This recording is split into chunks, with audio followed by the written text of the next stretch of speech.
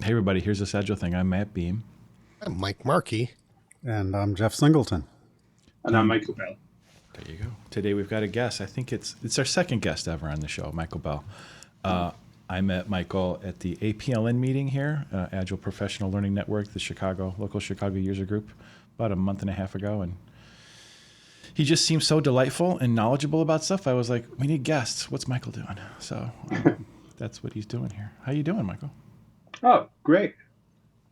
Really good. Just started a new job, so all those things about cognitive overload and all those bits of trying to take in as much information as possible, not just about how they work, but who they are and their relationships are always an interesting part of the process. That's fantastic. Yeah, Jeff was just talking before we recorded about the process of getting to know clients, and sometimes they want you to get the context, and sometimes they kind of want you to move fast and break things, I think it would be one way to say it, which is risky as a consultant. Anyway, we have a topic today, but I don't think I know that much about it. Does somebody want to introduce it or sort of talk about I think Michael had the topic. Michael had an area he would like to have us explore. Yeah, well, I was thinking about a topic, and I thought, what am I curious about right now?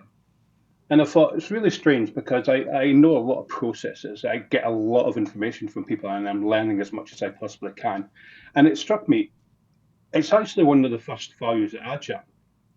And I wondered a lot about that. And I started to think, are we doing it the wrong way?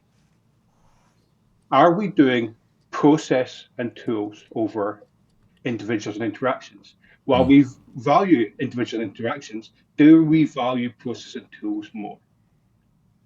And that was my starting point to my thought process in terms of, the easy way into doing what we do is go on a training course for 2 days. Call yourself a Scrum Master and you're into that journey. Yeah. But it's like, do people recognize it's a journey? Or do they, I've got to learn a bunch of processes that I can do Agile. And it's like, but the first value is the interaction with individuals. So that was the question. Are we, is it flipped? Have we flipped it over? And is there value in that? Yeah, I'll go first. I think it's a great question. I think it really depends on where I'm at. I think there is a tendency for people to say Agile things or to gesture towards the Agile stuff. I think this is not particular to Agile. It's in a lot of places where there's a valuable thing, but it's hard to do, and so we want to be associated, or we want some of that, but it's hard work. The revealed preference, I think, a lot of places is to center more on processes and tools because it's easier, right? Like you said, you can give somebody a training and point them at a tool. The real agility is, I think, in my opinion, it requires a different mindset and a lot of support for people and a lot of organizational work. So anyway, I'll leave it there. What do you guys think? Well, I can go next. I think that there's probably something to be said for this concept that processes. I mean, we've got PMOs, we've got offices that have been built around the concept of formalizing the way we do work. And they were checklist approaches. They were gate-driven executions of work. And I think that has a lot to do with us walking in the door and saying, we've got this new way of doing things. They're like, yes, but you're replacing a process. You have to give us a process to replace it with. Or they're hungry at least to see a process. And if we want to be listened to or be granted an audience in that room, I think it forced some of us into that frame of reference, is to think of it or present it as if it were a process replacement. So it sounds like what you're saying, though, is that we've allowed the context of the conversation, as coaches getting engaged, to drive the adoption. So instead of coming from a perspective of, yes, it really is about the values, the context that most places are in is about tools and processes. And so if that's the lever that we're using to get in the door, and I think legitimately maybe that there's value there, but at some point we have to shift the conversation so that they see that there are different values. And we were talking before you joined, Mike, about when you join a new organization, getting sucked into the vortex. And, if they're already very tool and process driven, it's hard to resist that vortex of, oh my God, we got to get going, we got to show them this process, and we got to show them, hey, let's slow down. Well, it comes down to meeting them where they are. Right? Yeah. Yeah, but I mean, you got to meet them where they are, but then pull them towards you. I think no doubt. If you're the No change doubt. agent, right? I was just talking to somebody who was like, he was explicitly saying, this person was had been hired to make an organizational change, and he had this understanding with his boss, which is that it's a lot easier to change to fit the context that you're in, as opposed to, and like they had this explicit conversation, like, no, we're supposed to become more like you, right? You're not supposed to become more like us, and it has to be like, I think it has to be explicit and on the table, because otherwise it happens imperceptibly in these little slices every day, and it's like death by 1,000 cuts. I came across a team that they said wasn't agile. And they said, this is the worst team we've got. They're not agile. They're not doing anything like that. And they had the stand-up. So I came to the stand-up. And the stand-up was, they were speaking to each other, telling them what the other person needed to know. And then listening and suggesting things and saying, let's work together on that. And I thought, well, that stand-up was really interactive. They really were interested in what the other person was saying and really actually engaging. And then I sat with them, and they would solve each other's problems. They say, hey, I noticed this. Well, I did this. Is it okay? Yeah, great, thanks. And they were interacting on it all the time throughout the day. They were taking on work. They were solving problems all in that delivery space. But because they weren't following the framework, they weren't agile. And it's like, but the framework was to get you to these guys' space, or this team space. And it's that piece about anytime I come across a high performing team, it's individuals and interactions. That's what you get. And whatever you call a high performing team, and obviously that's a different conversation, but it's always individuals and interactions. Whatever process that we're doing is by the by. They'll do it because they do, but it's all about how do we solve our problems? How do we get this? What about this? Let's experiment. Let's try that. And it's all about individuals and interactions. And I found it interesting that team was seen as not agile because they weren't following the standard process. Yeah, I'm such a broken record on this. I swear to God, I'll stop talking about this like 10 years after I'm dead. But like the mental models of the leaders is so important, because it sounds like what you're saying is that the leadership there had a mental model of agile, whatever that meant to them, was, I don't know, shaped differently. And the thing that was actually getting them, I think what you could say was a reasonably good outcome, maybe the best outcome they could have, they rejected it because it didn't fit their model. Absolutely. Yeah. Did it not look enough like it was process driven? Because, once again, when we harken back to, you got to be doing something, you got to get coding, you got to get developing, you got to, and it's, you got to follow that process. But wait a minute, where's the communication and collaboration come in? Because that's really what interactions and individuals and interactions are all about. And I don't know about the organizations that you joined, but typically they seem to have a blind spot on when we want to talk about collaboration and communication, we communicate just fine. Do you? And they don't seem to think that, well, that's not work. Right. That's not process. Show us some process. That's a great point. What does work look like in a knowledge? You're talking about a knowledge worker doing highly creative, innovative stuff that is not rote. We're not building widgets. We're not building anything physical. Software is probably the most complex thing that humans can do, or one of them at least.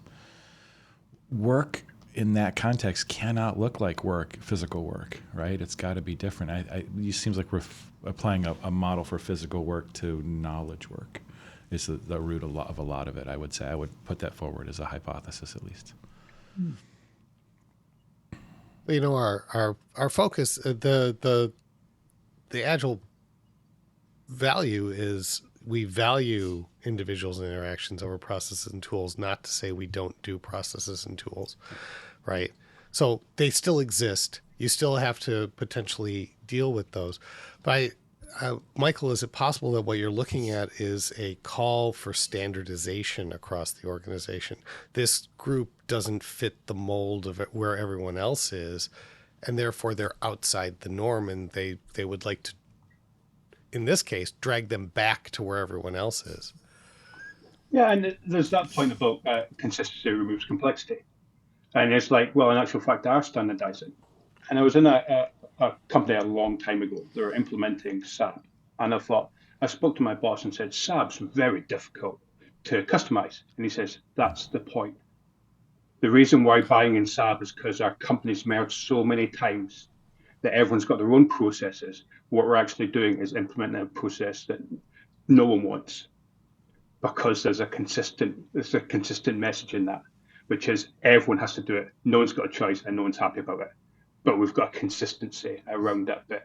So that removes all the complexity out of it, because everyone has to take on this terrible thing. Now, I'd hate to think that that's almost the mentality of, well, let's implement X framework. Not because it's the best framework, but to be honest, no one likes it. But at least it's consistent. It's kind of brutal, isn't it? Yeah. Are we on? We're only a few minutes in. Are we in danger of talking about our favorite? Don't say that. Giant, don't you? no. Don't I don't you know say what you're that. talking about. I'm going to make you say it. Our favorite punching bag of a scaling framework. Not to name names. Talking about Nexus? God, everybody hates Nexus. I know. It's just. Well, one of the things that I thought about in this bit is I thought about a metaphor for our processes and stuff. And I thought Scrum and Kanban feel like fast food to me. It's simple, easy to get to, easy to buy into in that, but is it really healthy in the long run? Then I looked at the big ones and I started to think, okay, so what is safe? And I thought, well, that's like a buffet, isn't it? That's like a generic, massive, Las Vegas buffet. When you walk in and you put everything on your plate because you think that's the thing to do. And you try to have some techniques only taking some of it, but in actual fact, it's all over there. And they tell you don't have to eat the whole thing, and you shouldn't try, but a lot of people try to.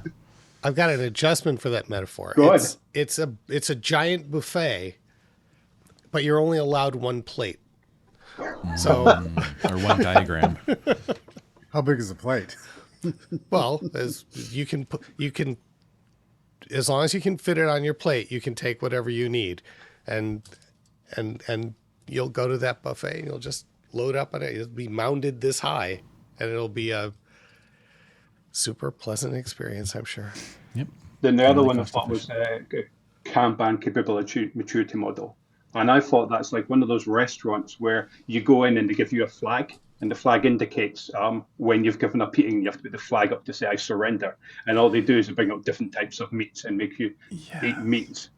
Oh, Brazilian steakhouse. And I thought, they're giving you the same thing. You've got to eat, but at some point you've got to put the flag and say, okay, only you can say when you're done, because that thing will just keep.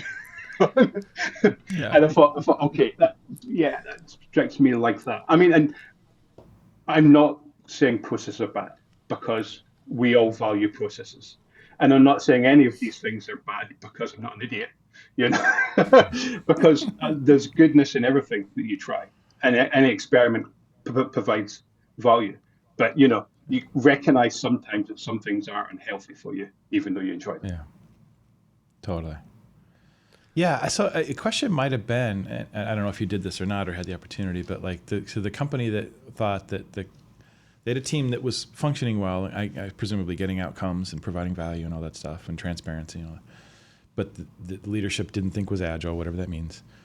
What is the problem that they were trying to solve? Like, what was the gap? What was the source of their? Was it literally just, I don't see what's in this document? Or is there anything that you can share with us, Michael, about, like, was there anything beyond just it's not what I expected?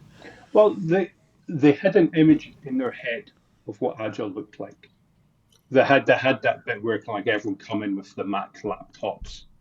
Everyone, you know, everyone looked a particular way, thought a particular way, and they had this real image of this, high performing get go developer on their own, you know, who was hacking the world type of thing.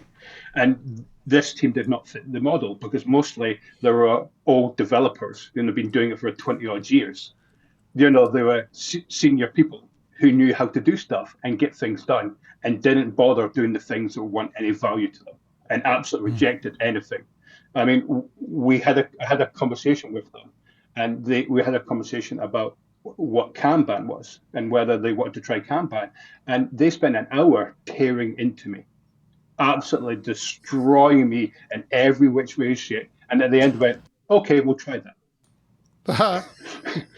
You know, So, good. so they failed to Yes. convince you it was a bad idea. Is that or? Well, they were they were using the technique, you know, the Socratic method of we're gonna ask and ask and ask, and if we can't find a break or a reason why it's wrong, we will do it.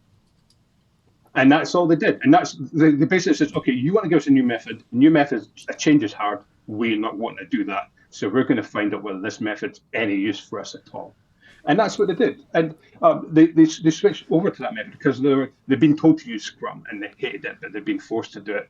But you watched them not do it at all. You watched them actually just, you know, okay, I need to be at this meeting, I need to be at that meeting, great. But in actual fact, they bypassed that. And I thought, well, maybe you want to do this thing, which allowed you that a little bit more freedom, but in the way showed that you were still following a process, which covered off. I mean, the reason we asked them to change process was for management, because management wanted a process, I need a process. And they said, well, they're not doing Scrum, so they're terrible. And I thought, okay, how about we switch it to Kanban so you don't look terrible, but you can still be absolutely you. So I loved the fact that they absolutely tried to destroy that idea and the concept because it challenged me and I learned stuff from it as well.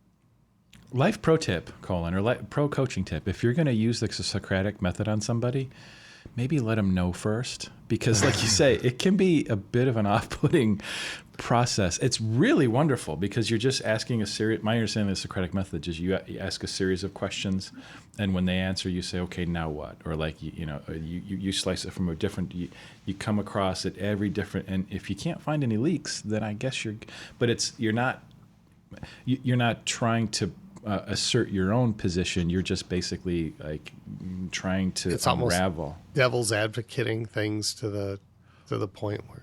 Well, you're not. I don't think. There's maybe it's a distinction without a difference, but you're not advocating for anything. You're taking the other side of something relentlessly. It can feel really annoying if people don't know what you're doing. It's my biggest character flaw. It is my biggest character flaw. I always say I don't have a position. It's like all I'm trying to do is find out truth. So I will ask and ask and ask, and if your point of view is better than my point of view, then my point of view is your point of view. I'll just take that on. But in that process, I'm finding out, is your point of view more real than my point of view? Here's my guess. Here's your guess. Let's find out. But as you say, people get upset when they have a real passion of really bought into something that you're even asking the question or challenging. And it's like, well, it's because I don't have a point of view. I have an idea, but it's not, I don't own it, but it's a proper flaw of me. I get into that method too easily without telling them. That's so interesting. Yeah, no, that's so interesting. It's a really deeply wise position to take or an approach, but like you said, it's risky. I was just listening to a podcast where somebody was talking about how I can't remember what the context was, but they're like, write it down, externalize the idea. Like if you're going to go into a discussion with somebody, capture it in some third, like some neutral third mode, and then because it's okay to attack an idea, right? But if you don't do that, like if you're taking the other side of an argument and it's the idea is still like centered in the person, it feels like you're attacking the person. Whereas if you write it down and stick it on a wall, you can attack the hell out of this thing, even though the idea came from this person. That person doesn't feel attacked because you're not directing it at the person. You're directing it at the sort of abstracted idea that they brought. Anyway, I like that. Well, If you when put we the talk idea on the dartboard, it's easier to deal with than it's just an idea. It's not the person. I can throw the darts at your idea, or I can throw the darts at your face. It's one of the two. Yeah, which do you And this prefer? is spoken from experience. I've been the face on the dartboard before, so Yeah, you should tell us what you learned at some point. you know, if you're really trying to understand how to get to a solution, I mean, it means you have to identify what is that problem. And everybody has, you know, we always talk about don't fall in love with your solution. And frankly, a lot of these tools and processes, they're just solutions. But the fact is, there's any number of ways that you can solve a problem. And it gets back to the question that you talked about earlier. What's the problem that they're trying to solve? And honestly, if you use that Socratic method, it's really a way of peeling back the onion. Well, I'm trying to get to a state of understanding, and that actually is one of the ways that, you know, we can meet them where they are. Help me understand where you are right now. Why do you do what you do, and how do you do it? And start picking that apart in a non-judgmental manner, but being able to do that, I think, kind of helps them to see, oh, yeah, this is why we do that. Yeah, that's it. Yeah, and then they're in a position to decide whether they want to continue doing it or modify it or whatever. Yeah. do coaches have a Hippocratic oath? No, I mean we should, but I haven't not seen one. Like, you know, it's go on, Jeff.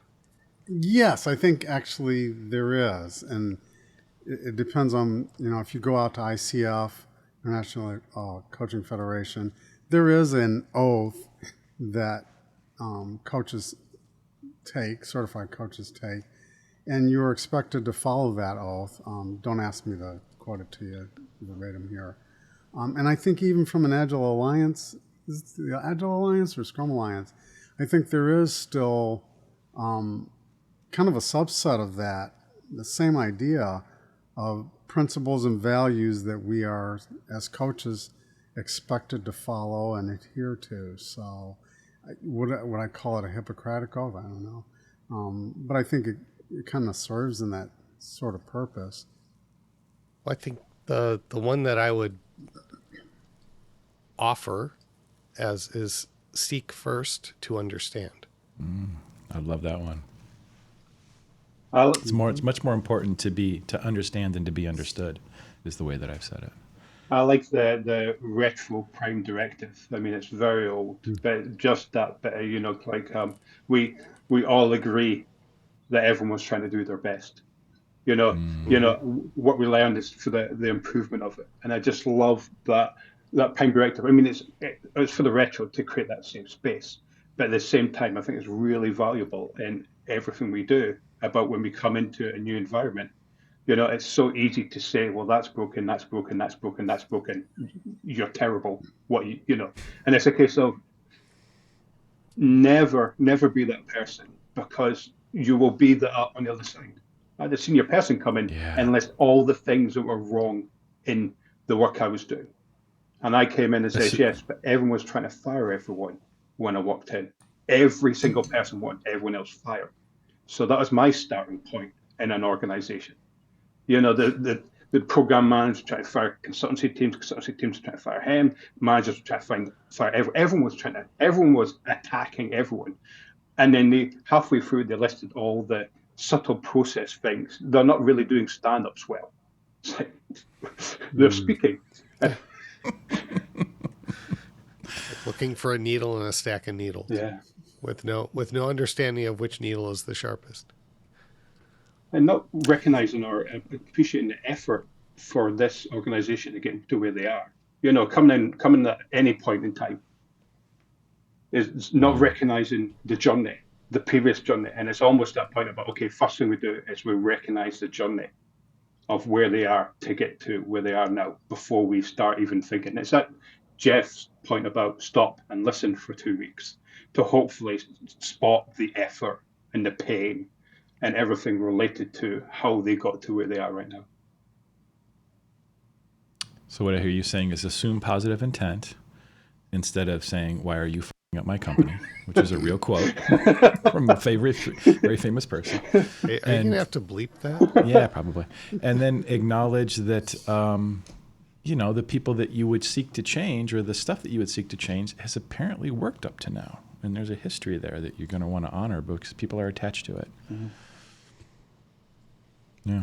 Michael, I have to ask, though, because you've introduced this and it keeps going off in my mind. So how did the team end up? So you walked in, you were asked to help them be better scrummers, and... Not a word. Sorry. Tell me the rest of Yes, it is. the outcome It is of a the word. story. So Those who scrub. So that was one of the teams in the environment everyone's trying to fire everyone. So it was that point where you recognize a healthy team that's absolutely delivering, and you make the decision that I'm not going to touch that unless they ask me for help. Yeah. And it's a case of this team is absolutely doing what they're doing. They enjoy doing it. They're absolutely delivering. So my job is not with this team. My job is looking out. You know that bit where they say a scrum master comes in and it educates, creates a team, then they start to look up at the impediments. And impediments are normally department and organization, and you raise your head and as you're doing it because you know the team's healthy and the issues aren't within the team. And it was one of those classics where I came into this absolute chaos and I seen this jewel of a team that was absolutely really enjoying it, really healthy. And everyone's saying, you need to go fix them first. And it's like, yeah, so that's the team I'm not going to be fixing. I'm going to try to learn what they're doing, and I'm going to try to show people that this is a really good approach to doing things and speak about that in a healthy manner. So, yes. So, Jeff, don't see one of those teams. Yeah, you don't try and fix them. You just try and learn from them and appreciate the fact that they've got to where Agile was trying to take everyone else. They're not an aberration. They're the goal. It is that. Agile's come to learn the best ways of doing things from teams like this. They looked at teams like this and says, wow, what are they doing? Okay, that's the values and principles that we want.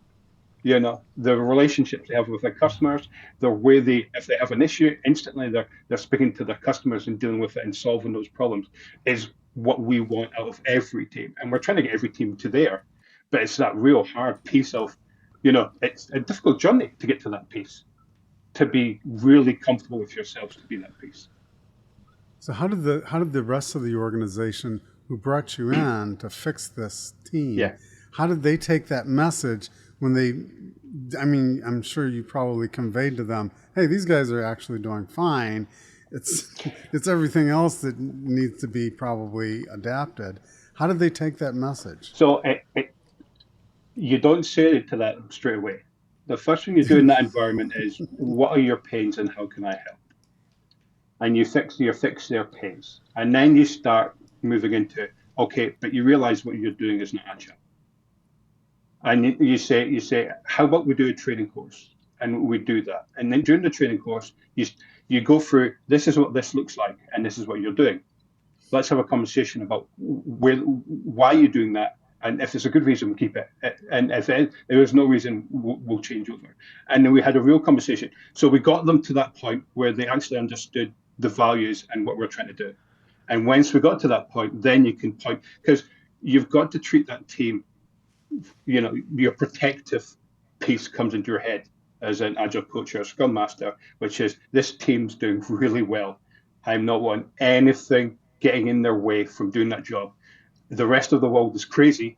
So my job is to pretend that this team doesn't exist, because then no one needs to bother with this team. Allow them to do it. This team is not my problem this week. These are not the There's lots droids of you're them. looking for. You know, well, that's it. So it was an interesting experience to find that type of team in that type of environment, and that was like one of the questions I came up with recently was, can a team be agile in an environment that's not? Because I keep on hearing, no, they can't be. They can't be an agile team if the environment's not. And it's like, well, can someone have an agile mindset if the organization doesn't have an agile mindset then? I mean, what point do we say, no, you're in this organization, you're not agile? It's like, Well, there can be an island of agility in a sea of chaos. Yeah. So yes, I think you can have agility in the midst of a non-agile organization. It's a question of how long will it survive. That might be the Yeah. question before somebody goes and sicks the dogs on that team for not fitting into the mold. Well, I mean, we see that a lot where there's a bubble of agility inside a larger thing. And you can certainly have it there, but then there's always a boundary there. And so that, in my experience, that's where the issues show up, is like between the larger non-agile, let's say, quote unquote, versus the, like, there's a synchronization. There's what's the word I'm looking for? Alignment problem. So you're setting yourself up for some tears and some frustration if you want to do that. Eventually, the organization has to become agile, or that bubble probably cannot continue to survive, because somebody's going to be like, this just, like, this is half a dog, half a cat. Like, this shouldn't exist. Pick one. That's typically what happens in my experience. Yeah, look how complete our deliverable is at the end of this sprint. It's like, yes, so how are you living into your 6-month projections? Or whatever. 100%. Have you spent your budget wisely? so I was thinking about it earlier today. While we spend a lot of our time as coaches trying to coach organizations and teams, but isn't agility and the values and principles, isn't it really at the individual level? And if that's the case, can an individual have an agility mindset in a team that's not, or can a team have that good mindset in an organization that is patently, in yesteryear? And I do think they can. I think that pretty much aligns with what you guys are saying. But I think they can't do it for very long before they get worn out. And, I can cite many recent examples where an organization has lost somebody that they felt like, I'm swimming upstream here, and after a while I'm tired and I can't fight it any longer. And so for organizations that refuse steadfastly to change, then I think you're going to lose people. But can an individual, I think, with a little bit of latitude, exert their agility, and sometimes be the boat rocker, and maybe they make some progress, maybe they don't, maybe they get fired. To my point, if you haven't gotten fired, you probably aren't trying hard enough. I don't see myself as an agile coach, because I see myself as an agile team coach. My specialty is helping teams, in terms of understanding teams and creating high-performing teams. I feel I do work at higher levels, but I see less benefit in terms of what I am, because I was a developer for 18 years. So my view is helping teams, because I want to help the teams. So I don't have that need for organizational changes, but I have come across situations where I found very good teams in extremely hostile environments. So the first idea is, well, get out, Michael. This is not a healthy place. This is not a safe place. Get out. But there's a team there, and I've been asked to a team. So what do you do in that situation? You have to address the organizational problem sooner or later. Yeah. And that's where, the I guess you'd say the enterprise coaches came from, is the people who were recognizing those patterns outside the team and saying, I can't help here anymore. I've got to move outside of that circle. Yeah, another term for enterprise agile coach might be Scrum Master, or it used to be. Honestly, that was the original intent of the Scrum Master, was to help the organization understand Scrum. There's a lot of this beyond in a Scrum, matrix actually. organization where you would never, ever grant that authority to somebody who's just, in their mind, a glorified project manager. It didn't actually work out that way on the whole. So And not even glorified project manager. It was glorified team lead, yeah, I think, would be a less. yeah, I do. I am struck by the idea that Jeff raised about value, like, because in the Agile Manifesto we cast it in terms of values, right? We value. It's not that we don't have one; we value one more than the other. And it strikes me, in any group of people or functioning organization, I think at the individual level, the individuals have to share the values. Otherwise, it's kind of like laws within a society. Like, I don't steal, right?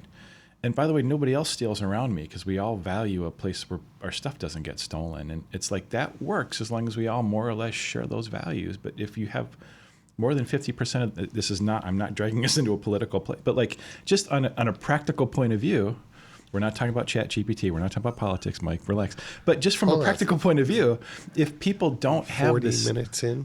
40, 38, 39. If people aren't willing to spend time and energy to gain and to keep the same conditions, they're not going to gain and keep the same conditions. That's what a value is to me, right? It's inherently unstable if people don't share values. What do you think? Isn't that new thing about understanding relationships are very important in organizations? It's becoming more important because depending on the size of the organization, depends on how much unknowns there are. I mean, what point does an organization become a complex system, which you can't actually understand what's going on? And even if you're trying to model it, you can model it at a certain level, but you can't actually see actually at the real levels what's going on unless you're actually at that level modeling that as well. So, and it's a case of you're trying to enact a change in a big organization.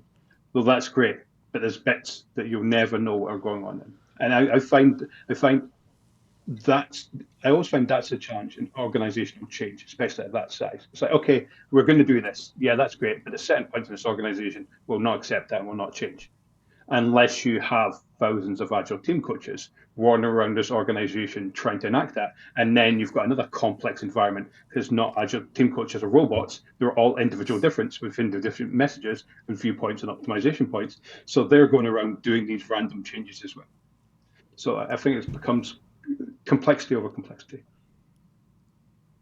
Yeah, it's like you have to include the level of variation at the individual level, like all the different things. Otherwise, the model itself is based on too shallow or less low resolution.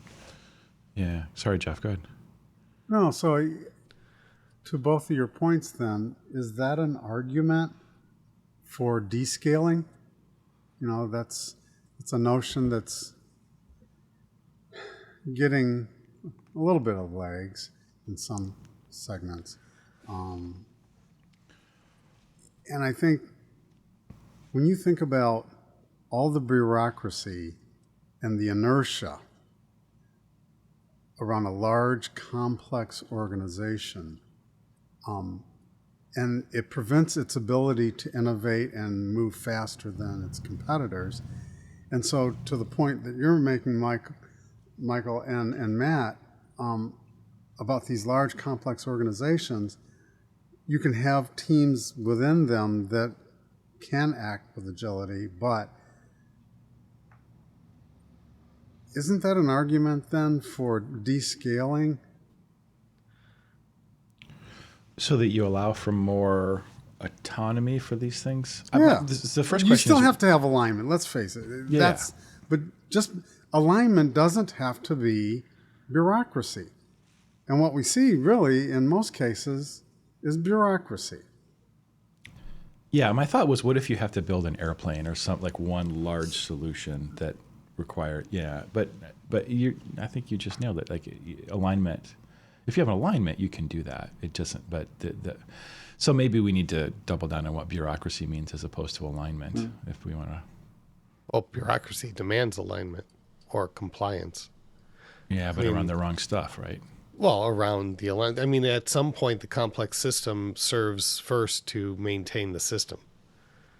The system is what's providing the stability, so therefore we must maintain order first. Then we can. And what ends up suffering the most, Jeff, you said it, was innovation. Innovation ends up going out the window.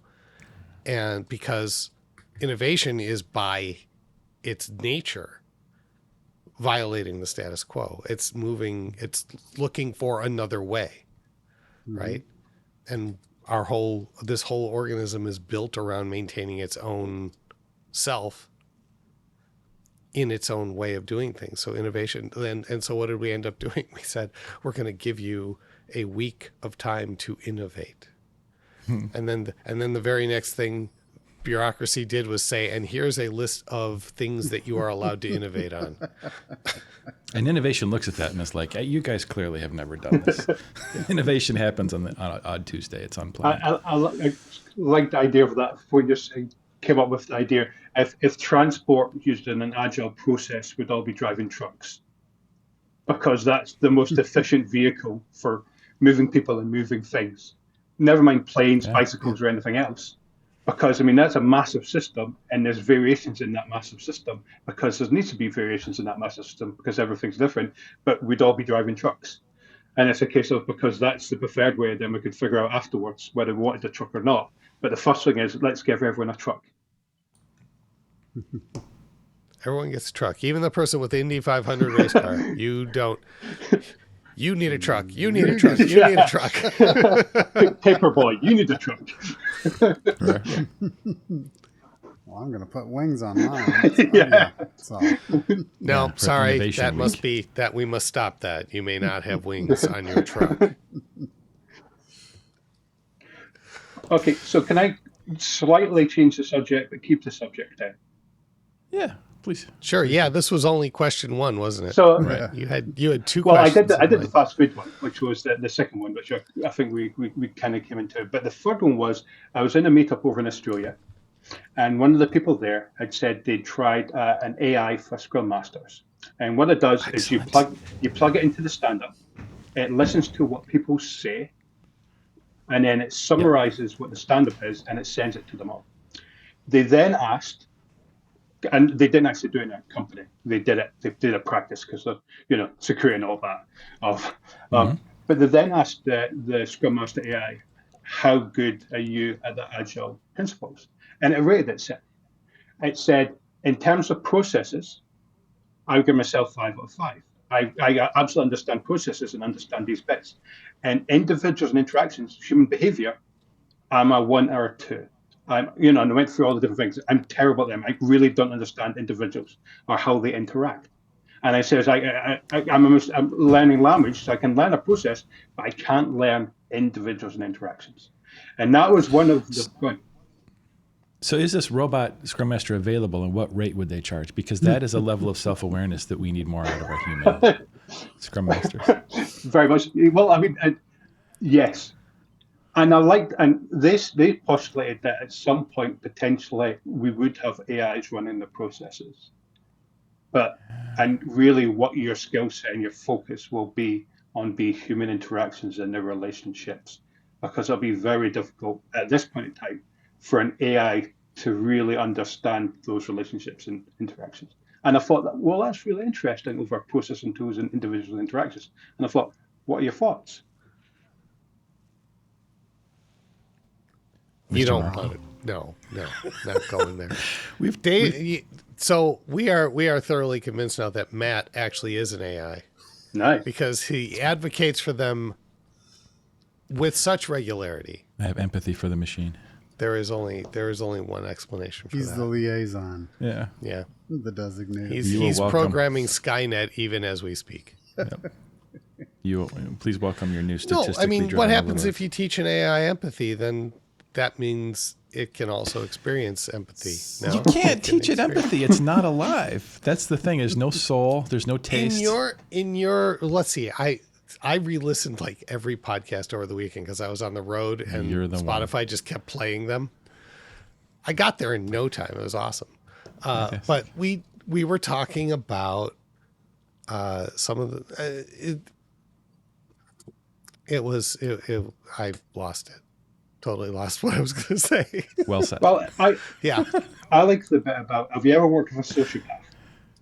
Now, a sociopath, Yes. I'm sure I a have. sociopath is constantly trying to mimic empathy because they don't have any. Yes. Right? That was it. What a great point, Michael. But Absolutely. everyone spots there's something wrong and there's something off with that person. 100%. They could feel it. Yeah, Right? because it's the mimicry is the thing that they find off about. So, and you can't even tell, but at a deep level, you think, oh, there's something wrong with this person, and I don't know what it is. It's the uncanny valley right there. Is it's close enough? So what I was getting to is Matt made a comment a couple weeks ago in which where we say that we're being creative or we're coming up with a creative solution. He goes, "You're actually not. You're piecing together things you heard somewhere else. You're not being truly creative. You did say that." Okay.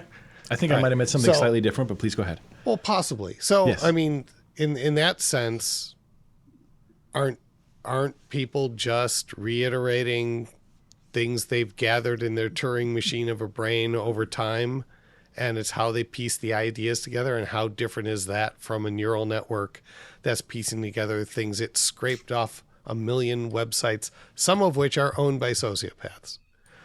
So This is a We really, won't really mention their names. Yeah, no need. This is a really, really deep philosophical question, I will just say. I think that there is a similar, the reason that why we have neural nets made of silicon is because we got the idea from brains, right? I mean, there we are, neural networks. But I think that without getting into too deep of a rabbit hole, I think we are neural networks plus a soul, plus some ineffable thing. And I think it has to do with mortality, the fact that I could die, and if you have emotions that are all based on whether this thing threatens me or helps me, it gives me sustenance or it makes me nervous. And the AI, because it's not mortal, it can't die, it lacks that level of empathy or emotion because, turning a machine off is not the same as dying as a mortal being. That's my ultimate sort of, I think, where it grounds. So I do think there's an essential distinction, which means you will always have a job because you're never going to take empathy from a machine. I think you can, just like Michael said, you can model it, but you can also, you can smell when the sociopath is there. Like, you feel it, and you don't want to work with those people. Like, the machine's going to be the same way. It'll be super slick, but empty, right? And you will know that as a human. You know what I thought was interesting, though, what you said, Michael, was that the AI assessed itself as a one in individuals and interactions. And that's a self-awareness that, No, dare I say, we don't maybe get even from humans that we wish we did. but wouldn't that be mimicry as well? Because in their data banks, they'll have many conversations about the difference between an AI and a human, and they've pulled out whatever information that a human said about why an AI can never do this or do that, and it's then postulated that human's point of view to say that. And that's why every week we make sure we point out that the AI has no empathy so that it never forgets. Yeah. But Elephants, I AI. think there's another part of it. Another part of it is I once was walking along a road and a person came around a corner. And as that person came around the corner, my brain switched in. And my brain switched in. The first thing it said is this person a danger to me? Now, that's not me asking. That's brain's protective bit asking. Then it goes down this several levels of classification of that person to almost the last one, which is, do I know the person? But our brain is going through a lot of things. And I think our brain is learning more than we have the ability to even contemplate. And that's why it's difficult for us to teach an AI that, because we don't have our actual knowledge. When someone stands too close to you in a conversation, they get too close. Now, how close they are depends on that relationship you have with them. Now, you don't recognize how close they are until your brain goes, whoa, wait a minute, we've got an issue here. But your brain's been judging that distance all the way through and making a classification of where's my safe space and how safe I am to that piece. And we don't know anything about that until the alarm in the brain goes off to say, oh, we've got an issue here. So It's so funny. People are freaked out because AI is a black box, but so are you. yeah, You're a black box to yourself. What a great point. Yeah, we don't really know the subconscious stuff until it tells us. Well, this fits until it this until fits it in reports with itself. Yeah. the three brains model. Is you've got the instincts and urges, the reptilian brain, then the limbic brain, which is emotions and motivation, and then decision making is in the neocortex and the higher brain functions. But you have to rise up through all three levels before you can respond. So as long as the reptilian brain isn't going, I'm in danger, I'm hungry, as long as you've satisfied the reptilian brain, it can stay quiet, and then you can get to the freedom to feel emotions or feeling to judge motivations. So Michael's example was perfect. The car comes around the corner, person comes around the corner. Mm-hmm. So person comes around, I imagined a car. So you're standing there going, is that car a threat to me? So and the reptilian's going so But it is the complexity around that decision-making tool we've got in our head and our understanding of it. Because at no point do we understand how many decisions it's making and what it classifies as danger. But a sociopath, for some reason, is triggering something in our head that we don't understand. Because I can't spot it. I don't see it. But my brain is screaming at me that there's an issue here. And it's like, well, I don't know what part of the intelligence is using, but it's really good at spotting things that are off, and I don't understand it. Yeah, well, we had a neighbor a few years back that had a dog of a breed that everybody loves. It was like a golden retriever. Everyone, you see a golden retriever, you just know that is a caring, loving animal, and it should be great. But you took one look at this dog and you just went, oh, that ain't right. That dog is a sociopath. The look in his eyes, it's like something. There was something there, and that dog was just a coiled spring waiting to come at someone. So it's cool. Not limited. There's to your canine sociopath right there. I feel like once again we have solved the problem of AI on this podcast. Well, we're looking for AI sociopaths. I was at a meetup, and it was a future meetup. And what they do is they try to look 50 years into the future and try to, they have conversations about that. And it's really, really interesting. So I was there 10 years ago, and there was a talk about AI, and they're talking about general AI, not just our classic, beginners AI, proper AI.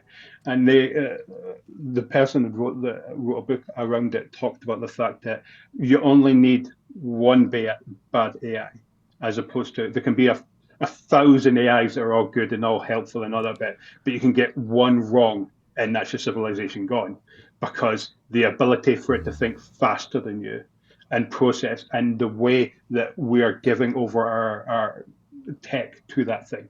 Now, that is a real pessimistic view of it, and I agree. And I think that AI is a great tool and very useful. But it was just that piece about what do you do in a situation where an AI can replicate and we think it has a soul? Do you allow it to vote? If you allow it to vote, then if the AI replicates itself 10 million times, then it will never lose the vote. So what do you do with an entity that can replicate itself, but also you have to say it has the power that we need to give it the power to vote? Anyway, that was one of those things. Yeah, I would say the AI doesn't have the right to vote because it has no interests, right? The reason that we vote is because we want to maintain a society so that we can survive, and therefore have political interests. But the AI, none of that applies to an AI. You always come back to that, but I don't think you're right about that. It's cool. Like it's this concept of soul or survival, or it's like you'll come back. He's got no needs, so he's not going to.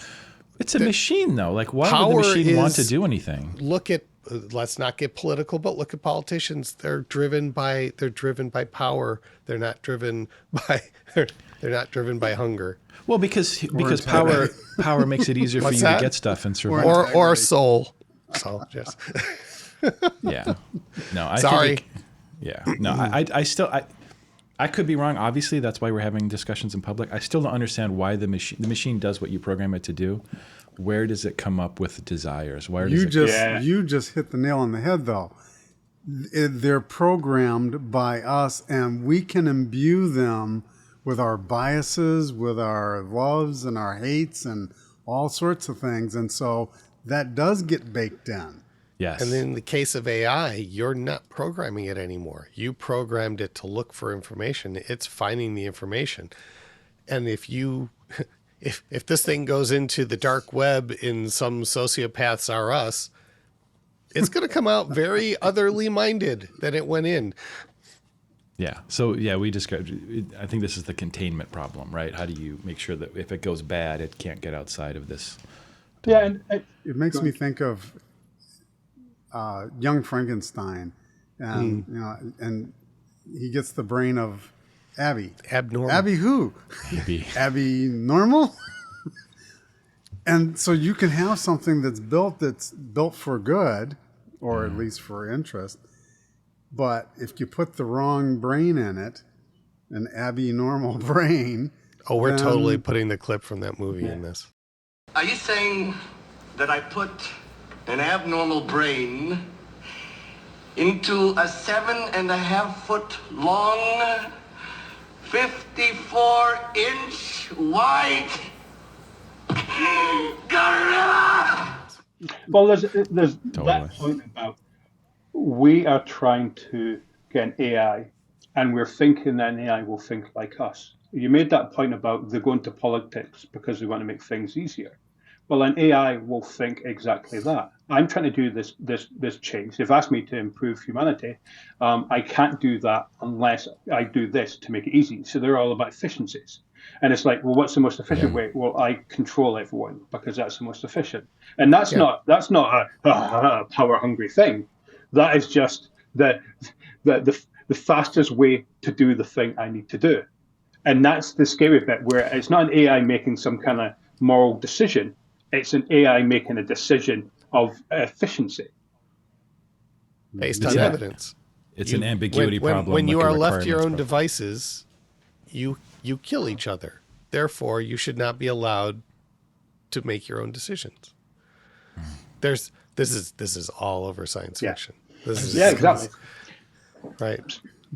Back the Forbin project. Have you seen that one? Way back in the 50s. Just the robot, the computer decided, I'm gonna make everyone's life better by joining with the Russians' giant computer, and we're just gonna control everything.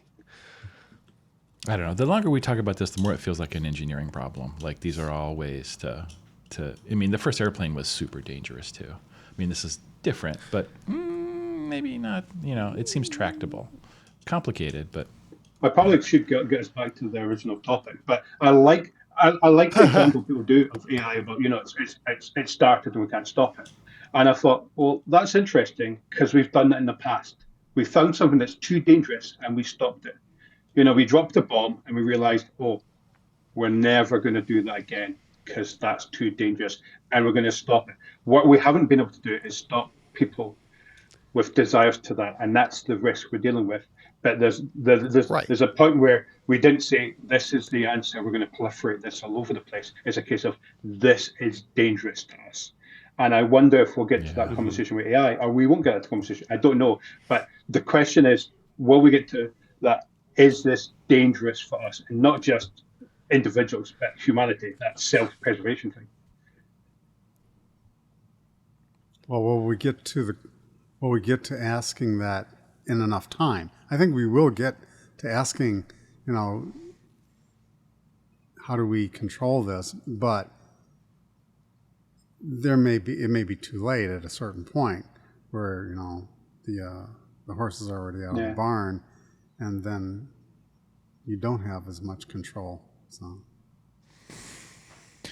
Okay, well, it's been some indeterminate amount of time that I shall not mention, but I think we've reached our time box. So any closing comments here before we close out?